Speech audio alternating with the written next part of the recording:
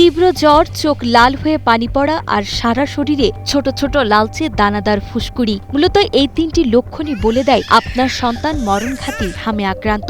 এটি সাধারণ কোনো চর্মরোগ নয়, বরং অবহেলা করলে এটি শিশুর জীবন কেড়ে নিতে পারে মুহূর্তেই। হামের উপসর্গের সূচনা হয় বেশ কৌশলে। আক্রান্ত হওয়ার প্রথম 10 থেকে 14 দিন শরীরে কোনো পরিবর্তন বোঝা যায় না, কিন্তু এরপরেই শুরু হয় হামের আসল তাণ্ডব। সংক্রমণের প্রাথমিক ধাপে শিশুর প্রচণ্ড জ্বর আসে, যার সাথে থাকে অনবরত শুকনো কাশি, নাক দিয়ে পানি পড়া এবং গলা ব্যথা। এই সময়ে একটি বিশেষ লক্ষণ হল চোখের কনজাংটিভাইটিস, অর্থাৎ চোখ দুটি লাল হয়ে যায় এবং আলোতে তাকাতে শিশুর কষ্ট হয়।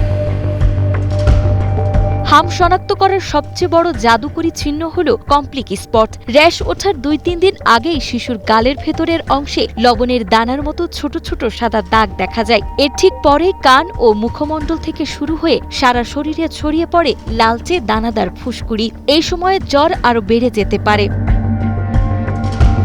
বাংলাদেশে অনেক ক্ষেত্রে একে সাধারণ রোগ ভেবে কবিরাজি চিকিৎসা করানো হয়, যা অত্যন্ত ঝুঁকিপূর্ণ। হামের ফলে নিউমোনিয়া, মস্তিষ্কের প্রদাহ, এমনকি শিশু স্থায়ীভাবে অন্ধ হয়ে যেতে পারে। তাই লক্ষণ দেখা দেওয়া মাত্রই শিশুকে চিকিৎসকের পরামর্শে রাখা এবং প্রচুর তরল খাবার ও ভিটামিন এ নিশ্চিত করা জরুরি। সঠিক সময়ের সচেতনতাই পারে শিশুর জীবন রক্ষা করতে।